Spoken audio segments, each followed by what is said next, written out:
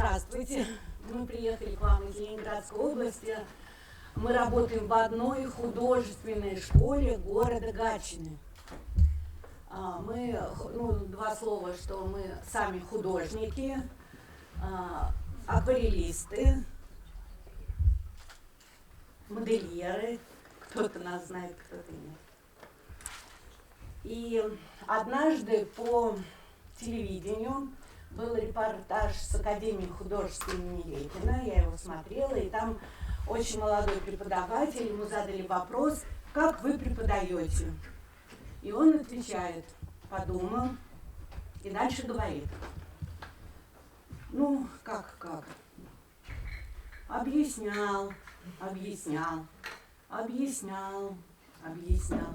Пока объяснял, сам понял. И это настолько созвучно нашему методу преподавания, и очень нам это понравилось. Сегодня мы представим вам даже несколько методичек, расскажем историю их возникновения. Мы их назвали, наше выступление, палитра методических идей. И поделимся с вами своим опытом. Особенность нашей школы в том, что она находится в 4 зданиях. У нас за 50 лет школы никогда не было своего здания. Мы находимся в 4 разных помещениях по городу.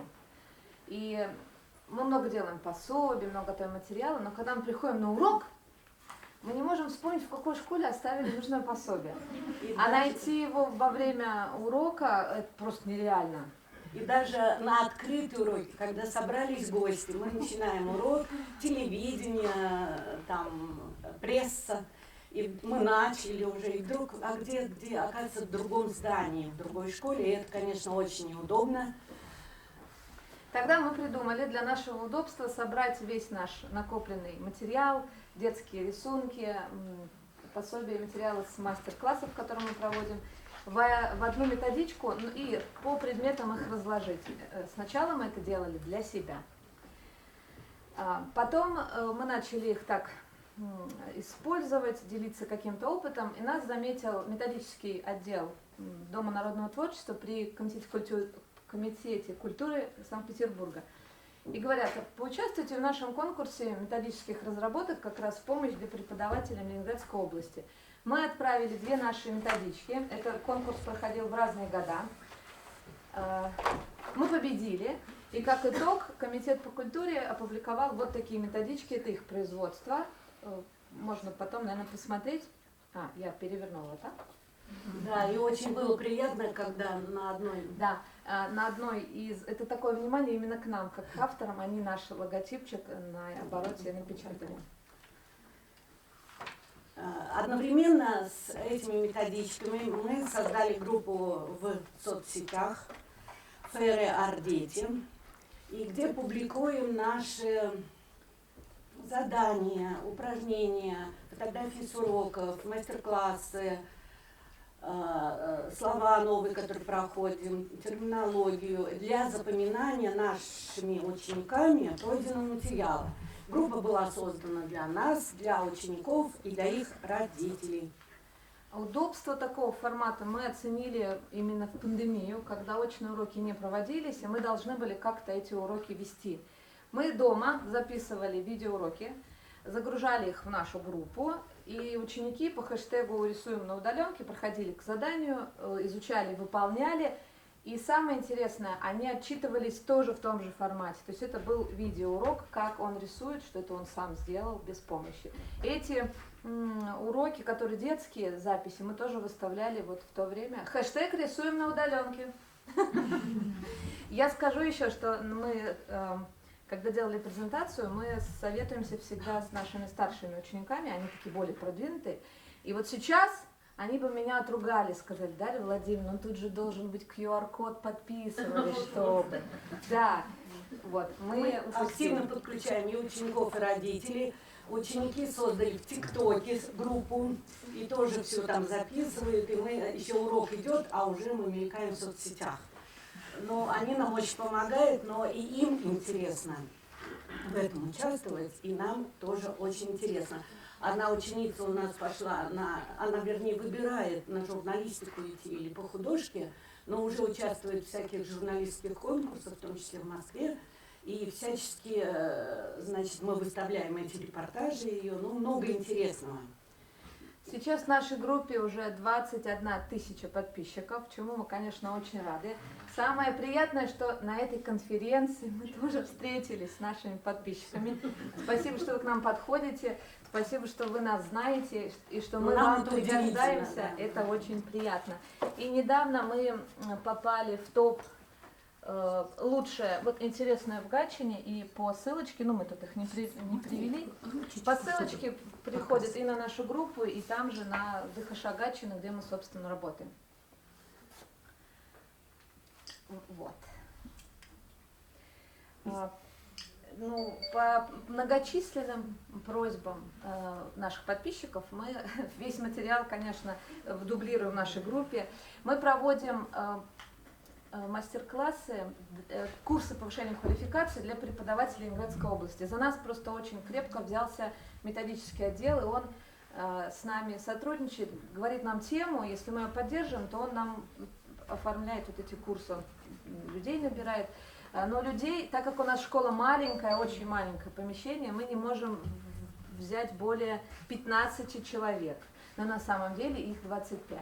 Бывает. Ну, еще интересно вставлю, что они даже не дают рекламу этих курсов, потому что первый же день уже перебор участников. Да, это такая договоренность, вы только в своей группе не говорите, а то у нас не будет отбоя. Ну, это мы тоже узнаем по скриптум, когда все. Вот эти курсы проходили в прошлом году, мы их вели 4 дня по 6 часов. Это большой комплекс по формальной композиции и по основам композиции тоже. Весь этот материал мы сейчас вставляем в готовую почти к выпуску основы композиции, про которую сейчас Марина Альбертовна немножко расскажет. Немножко в курс дела войду. Да, вы видели фотографии, что у нас методички уже по многим предметам, и все время спрашивают, когда будет рисунок. Рисунок мы не очень любим, но методичка будет. Все равно накопилось очень много интересного. Еще не было сказано, что в нашей школе из-за того, что в разных зданиях у нас ученики учатся, все предметы у одного преподавателя, как вот в Академии художеств, мастерская Заситкевича, мастерская Фазанова, мастерская вот Дарья Владимировна. Единственное, что мы не ведем лепку и историю искусств, у нас отдельный педагог, а так один преподаватель, живопись, рисунок, композиция, ну и все, вот, что вы видите, ведет один учитель. И то есть и рисунок тоже, хотя вот так себе я не люблю рисунок, но бывает, ну как бы на последнем месте. Но тем не менее приходится и интересные задания, и на просмотре у нас очень достойный рисунок. И еще по каждому предмету у нас проходят очные конкурсы, победители внутришкольных конкурсов едут на областной конкурс. Я чуть-чуть добавлю. Так как я очень глубоко погружена была в эту тему, я 7 лет как была заучем нашей школы, и 2 из них я была заместителем директора, потому что наш директор была в декрете, а мне сказали, ну ты давай. Мне это не понравилось, сразу скажу, и теперь я не занимаю должность, я просто педагог, поэтому я наконец-то приехала на конференцию. Конкурс у нас проходит по всем предметам в течение года. Это рисунок, живопись, композиция станковая, композиция декоративная и пленэр. Конкурс у нас сначала общешкольный, это как подготовка, за каждый конкурс отвечает свой педагог, а потом те дети, которые выиграли в конкурсе школьном, представляют нашу школу на областном конкурсе. 2 из этих конкурса, живопись и композицию станковую, уже 25 лет ведет наша школа. И все преподаватели Ленинградской области собираются у нас. Но я вот так вот посмотрела, мне казалось, у нас катастрофически много работы, но, Наталья Алексеевна, то, что делаете вы, это, конечно, вообще, мы так чуть-чуть. Поэтому к нам ездят на мастер-классы по запросу преподавателей, ну вот к Марине Альбертовне часто поступает запрос композиция декоративная, формалка. И вот недавно был конкурс, выиграли очный конкурс, мы детей привезли и выиграли мы, но еще много мест заняли другие. И преподаватели говорят, Марина Альбертовна, спасибо, это вы нас было научили. Общее фотографирование. Только благодаря вашим методичкам. На что наша ученица сказала, Марина Альбертовна, хорош все Завязывайте.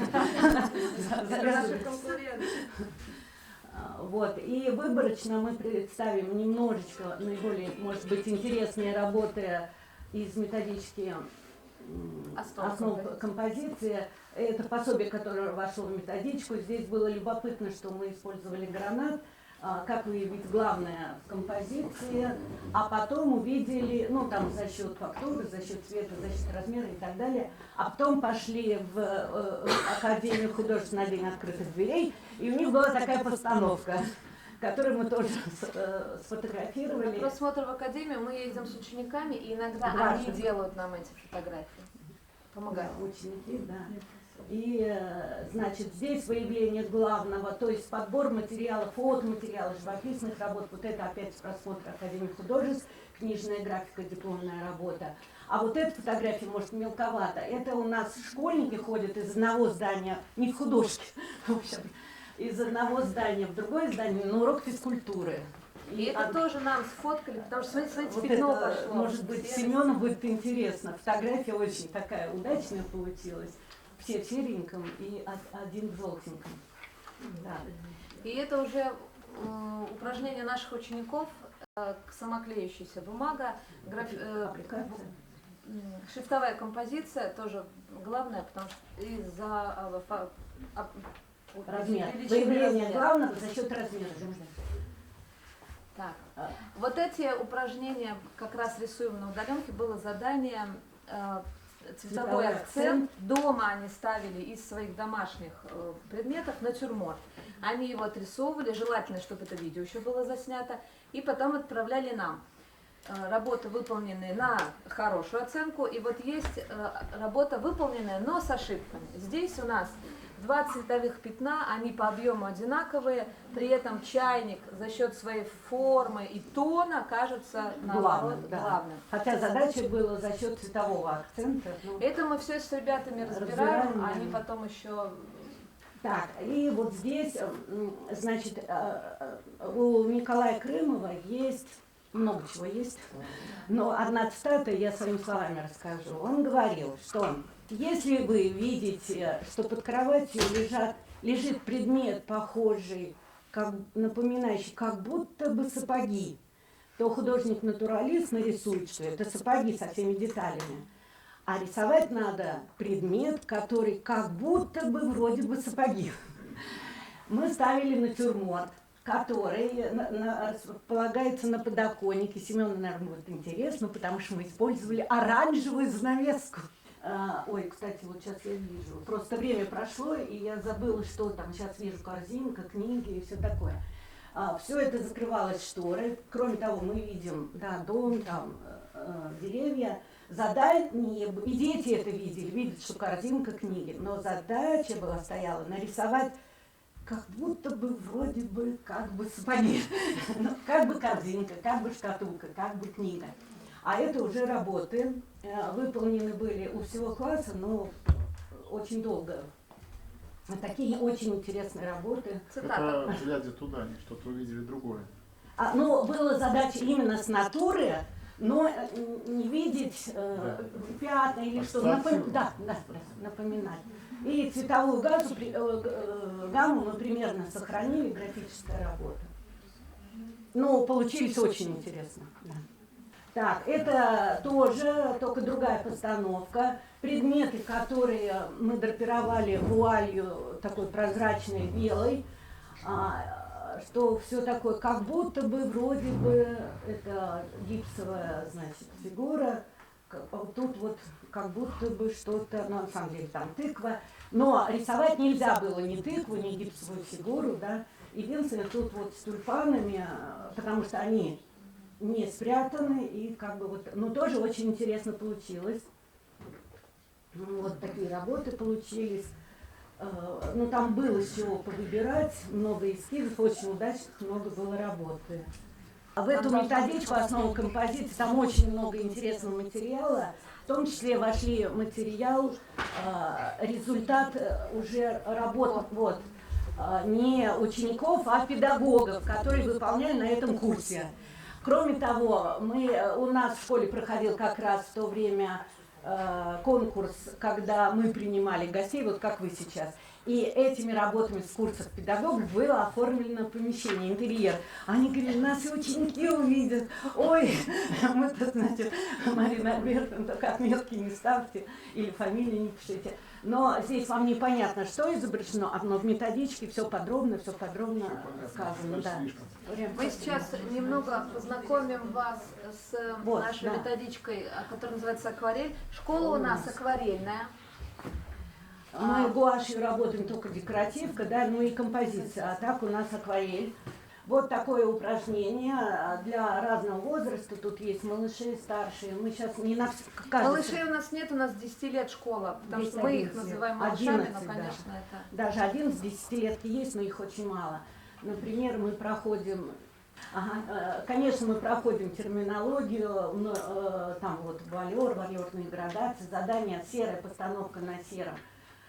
Чуть-чуть по тону отличается. Значит, первое, в листе два упражнения. Первое упражнение монохром, а второе серая живопись, да, но валерными градациями, уже живопись. И вот это все на чуть-чуть, нюанс. Ну, может, фотографии не очень передает, но работа, как бы, и в чем разница, почему это монохром, а это полихром, почему? Вот эти все такие моменты мы проходим. Теперь можно. Здесь представлено, как наши старшие ученики помогают нам делать пособие. В этой методичке у нас добавлен QR-код, я сейчас все продемонстрирую. Вы нажимаете, наводите на QR-код телефон, считываете вот этот, и вот у вас открывается сразу урок, видеоурок, он сразу все показывает. Вот. И он начинает сразу идти, у нас в течение всей методички будут эти уроки выставлены. В том числе и открытые уроки, или упражнения, да. или видео, да, уроки. Да. Причем дети сами знают, что они помогают не только себе, не только младшим, но и потом вот они будут в книжке очень хорошо представлены, они этим гордятся, потому что потом они говорят, вот мы там тоже методичку помогали. Значит, вот как мы, значит, вводим акварель. Надо объяснить детям, что акварель прозрачная, что один слой должен высохнуть, второй слой наносится на абсолютно высохшую поверхность, тогда он просвечивает. И вот так произвольный, кроме того, мы проходим кисти, там круглые, плоские, для акварели белки тоже есть. Проводим произвольно, руку ставим, потому что мастерство достигается упражнением. Эти листы, они довольно большие, и вот видите, тут флейт, да, вот так вот кистью мы всякое проводим. Разные методы проходим акварельные, и также произвольно, вот яблоки, допустим, задание, мы яблоки рисуем, я говорю, что вы должны научиться уже с закрытыми глазами эти яблоки рисовать. В том числе первое упражнение, это когда не с натуры натюрморт, а просто лист в яблоках, зеленый, красный. И после из вот этих листов красивых мы делаем аппликации. Это очень хорошие аппликации. Между прочим, говорить вслух у нас умеют даже ученики. Мастерство достигается упражнением. Например, вот это упражнение, это мы проходим разные техники, здесь отмывка. Ну, очень интересное задание. Это задание выполнено за один урок. Учитель пока... Все уроки у нас, это мастер-класс обязательно. Потом, ну и вот, да, все тут расписано, показано, очень много открытых уроков. Дальше. Вот это задание довольно интересное. Здесь, значит, разбор черной акварелью, белая бумага. Здесь задание не для цветопередачи, потому что когда мы в группе публиковали, нам же очень много пишут комментариев, приходится отвечать. Вот, это не для цветопередачи, а чтобы дети видели свет-тень, потому что рисуя, свет исчезает, и с первого класса мы даже говорим, что свет – это драгоценность. Вот, потом на световых участках мы рисуем как бы живопись саму, а тень остается, ну, очень хорошее, полезное задание. Вот это задание, значит, выполняли на световоздушную перспективу. Это был натюрморт, вот он стоит, темные предметы светлеют вдаль, светлые темнеют, теплые холодеют, холодные теплеют. Изображение, поэтому рисунок на вазе имеет значение, становится менее контрастным, ну и все такое по всем правилам. Сначала они сказали: ой, легкотня, но когда сели для выполнения, это было настолько им технически сложно, но листы очень хорошие, очень полезное упражнение. Перед упражнением мы делали вот такие еще выкраски. Это мое любимое. Это мы на пленэре рисуем человечков, много-много всяких разных. Мы постоянно куда-нибудь смотрим, лишь бы увидеть движущуюся фигуру, потому что потом мы эти стафажики учимся применять в композициях, как вот соразмерно человечка, корову. То есть это сделано в студии, потом на пленэре мы используем и проходим, что такое стафаж и так далее. Ну, наброски фигуры человека у нас делают с 1 класса, и они у нас и в начале четверти, и в середине, и в конце. Наброски, смотря какое задание, всегда начинаем с мастер-класса, потому что дети, такое ощущение, что день проходит, они все забывают. Здесь все наброски делаются без карандаша. Ну, по рисунку отдельно просто, а это без карандаша. Да, у кого есть цветоведение, то есть... Кстати, там нет урока, поэтому мы ввели. Видеоурока нет. А в этой методичке есть. Ну, на этих набросках. Монохром плюс один цвет. Здесь фактура, меха. Здесь уже лицо появилось. Сложные ракурсы. Но это без карандаша все. И вот такие очень, ну, полезные пособия мы вставляем, что такое полутон, тут светлеет, тут темнеет, все объясняем, потом на примере закрепляем. Про желтый цвет отдельно в акварели, ну кто акварелист, тот знает, как работает. Наши ученики очень любят всякие вот эти вот наши, будет просто, когда подпишешь рассоста. Поэтому у нас яблок очень много, яблоки, груши, да, вот такие фрукты. Мы рисуем это очень много. В конце концов, действительно, они их уже шпарят по... Ну, это можно перелистнуть. Вот это задание, которое мы опубликовали в нашем... Вот это задание получило огромный отклик, и там и не всегда он позитивный. Да? Первый вопрос: зачем вы рисуете кишки рыбьи? А мы ученикам объясняем, что чтобы развить не стереотипное мышление, нужно сделать то, что ты раньше никогда не делал. Мы рисуем рыбу обычную, они привыкают. И начать с простого, да, можно достаточно поменять непривычные предметы в натюрморте, необычные. Да. И там реально мы ели кильку, и эти на тарелке, она была очень красивая. То есть преподаватели поели кильку? Да. Ну, в общем, так и было, только нас много было. Килька была очень вкусная. Я говорю, у меня рука не поднимается это выбросить. Конечно. И необычный вид, и получается необычные идеи. Да, и это класс, да, не очень большой, но очень красиво. Да, дети нарисовали. Дети сказать: слава богу, до нас ее уже съели. Вот это, например, момент. У меня школа, и есть магазин «Рыба». Я думаю, ой, сегодня этюды, возьму рыбу. Зашла в магазин, купила рыбу, положила, сели рисовать, а рыба запрыгала. Я ору, дети орут. Они говорят, она сдвинулась, я уже ее начала рисовать, верните ее на место. Я говорю, я не буду, я подхожу, она прыгает. Это было вообще такое шоу. Ну, такие. Опять вот, смотрите, QR-коды, это все вставлено. Давай дальше. Здесь, значит, этюд, портрет. Начинается он, мы по цветоведению, там есть задание, когда все наоборот, инверсия или... Так, да. Значит, портрет рисуется там, где инверсия, это перевертыш. Имприматура.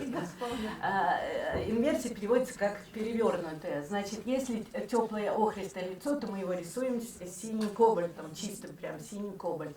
А потом это высыхает. Самое трудное для детей – это дождаться высохшего листа. Это какой-то кошмар. Фенами мы не пользуемся. Пока лист сохнет, у нас много другого чего можно делать, но подрастая, они все научились. И потом, как цвет... Как вы объясняете детям, зачем нужна инверсия? Мы не говорим, что мы на каждом уроке ее делаем. Объясняем. У нас есть вот, еще мы покажем по цветоведению, и мы там очень подробно объясняем. Кстати, на курсах для педагогов мы объясняли, и учителя сделали все не так, как надо, и потом смеялись сами над собой, но в итоге все справились. Примеры работ. Ну, теперь ты говоришь. Такие упражнения люблю давать я детям.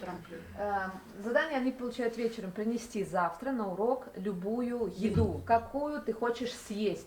Обычно это, конечно, пироженки, сосиски в тесте и так далее. Они приходят, они сначала нарисуй, потом съешь.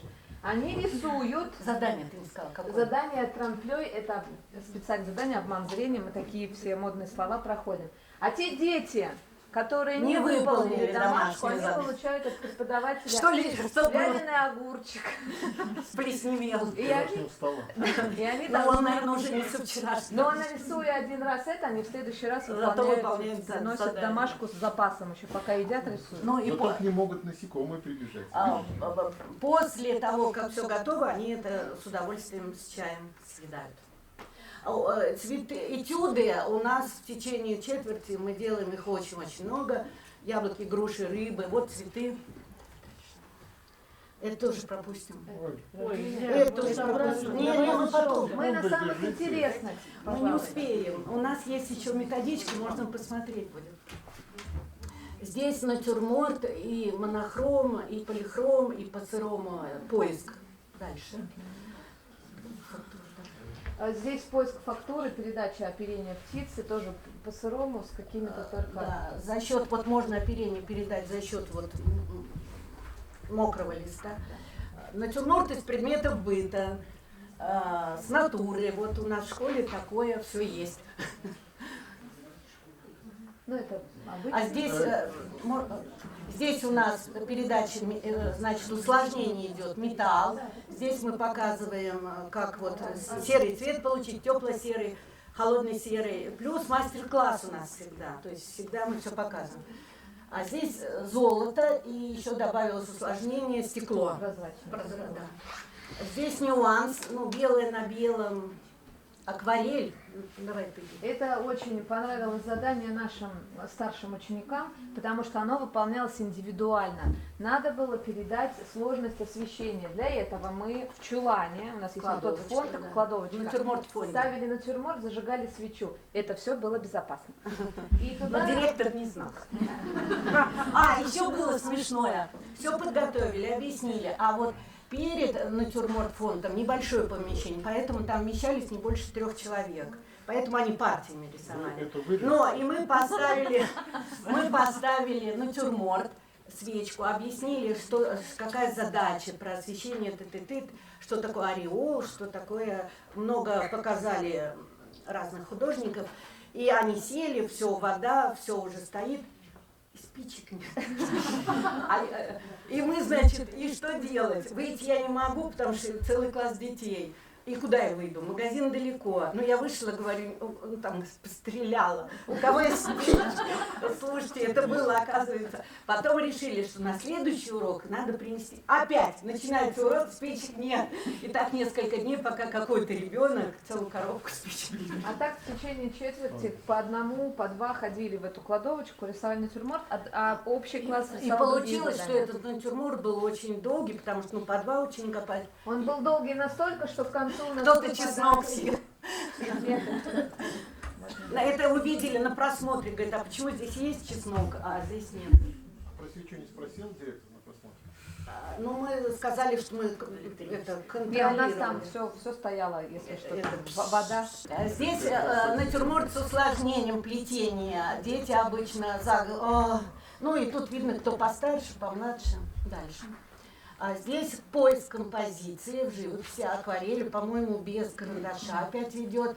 Значит, повыше, пониже, с угла, опять, значит, с контуром черненьким, если вы видите, который должен в тенюшечку любимую уходить, да.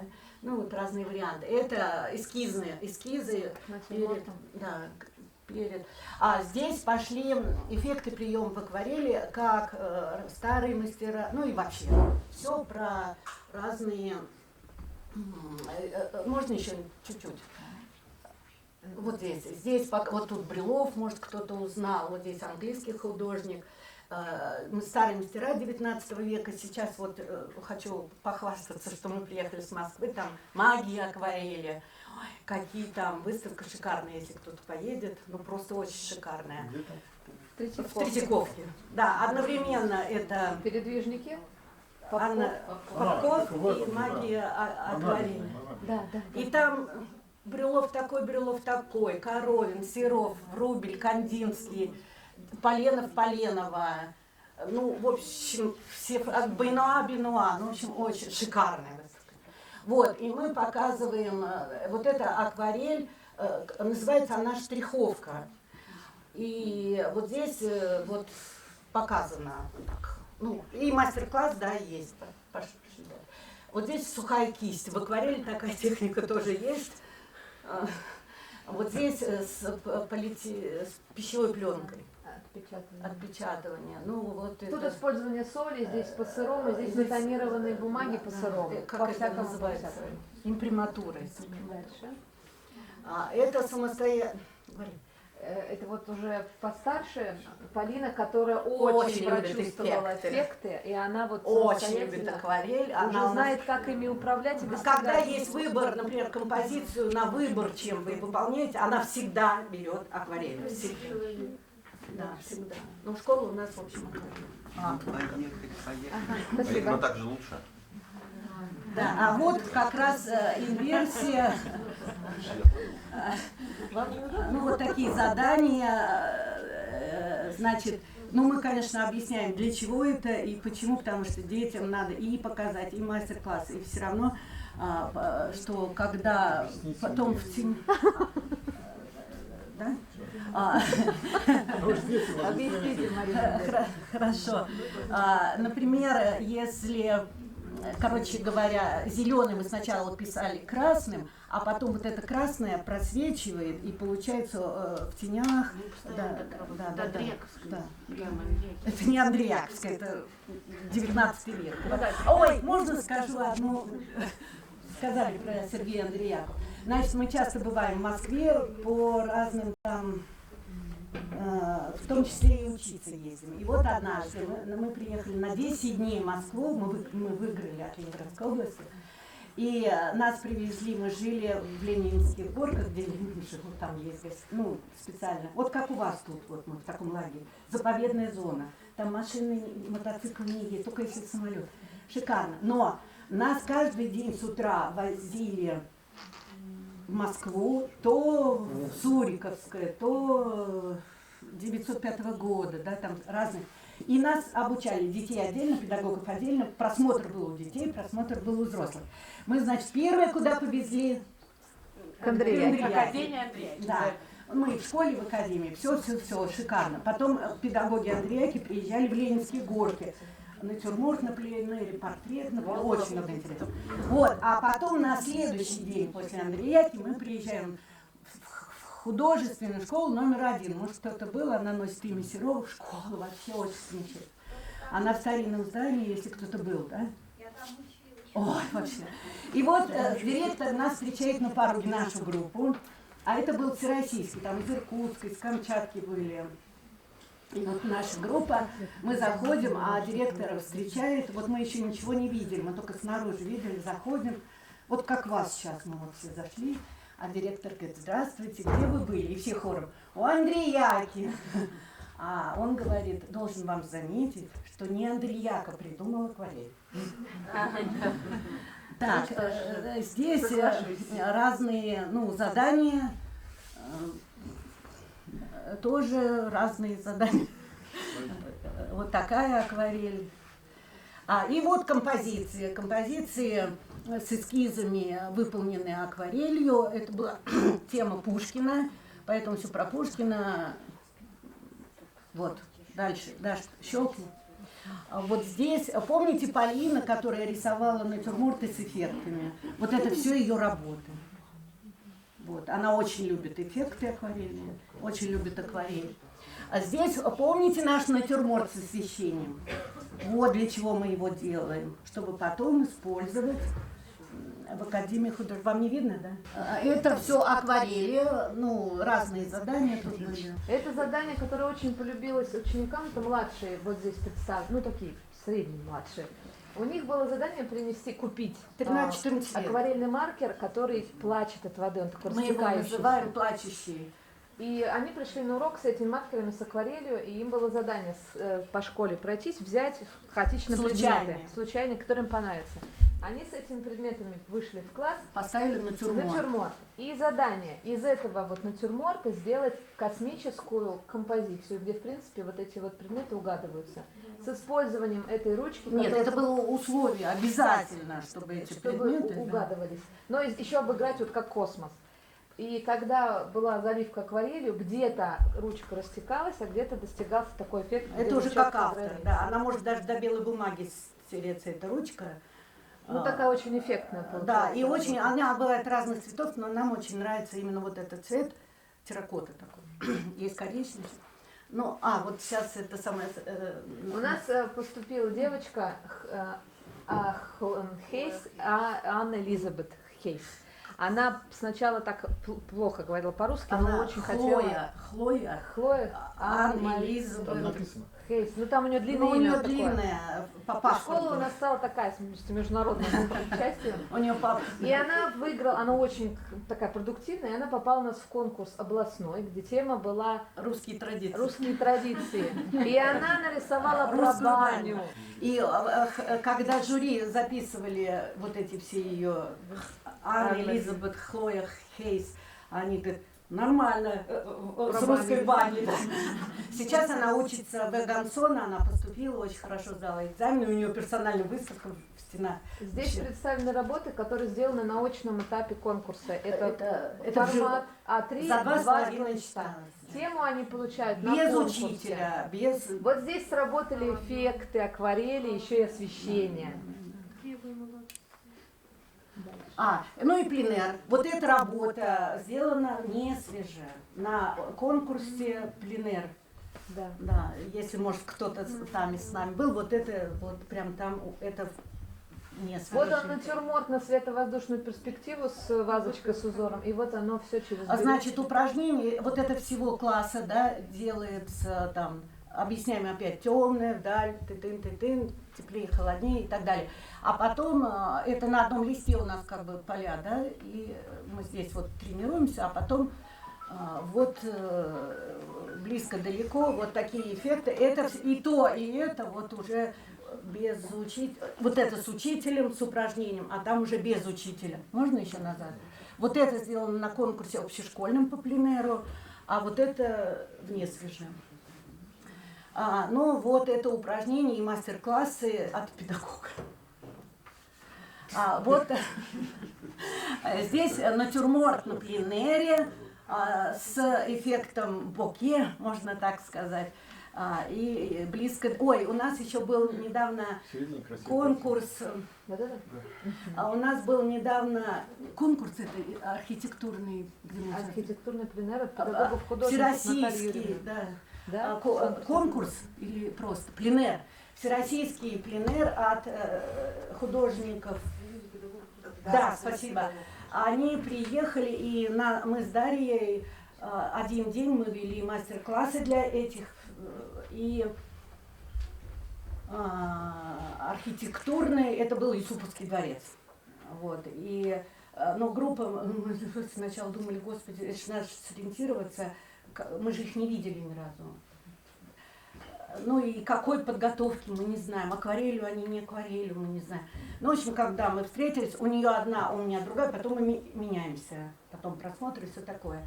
И, значит, девочка одна, я ей там все объяснила, сказала, вот здесь вот сфумато у тебя так очень хорошо получилось. Потом ушла, потом пришла, она говорит, там вы такое красивое слово сказали, на букву Ф. Оно девочке уже много лет, то есть у нас терминологию мы прям по много раз объясняем, что это значит, и на словах, и показываем. И когда приходим в музей, они говорят, вот это там Тарани, мы это знаем, это там это сфумата или еще что-то. Так что, как бы думаешь, в одно ухо влетело, в другое. Нет, все остается. Ну вот такие интересные работы получились. Тут, по-моему, пленэр просто. Вот тут тоже упражнение, видеоурок у нас. Вот здесь открытый урок, здесь он есть по QR-коду. Очень интересный урок. Это на том уроке, который половину пособия осталось в другом в школе. Кроме того, в 4 часа начался урок. И что у нас случилось? Отключили свет. Свет отключили. Вообще. Нет, вот так, в потемках сидели. Потом воду пролили, потом еще что-то. Такой был урок. Все на видео заснято, это было очень смешно.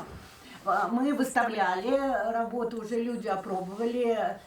То есть помните, как вот этот педагог говорил, объяснял, пока объяснял, сам понял. Ну вот это из этой серии. Мне надо было объяснить, как реалистичные изображения трансформировать, значит, в некий там.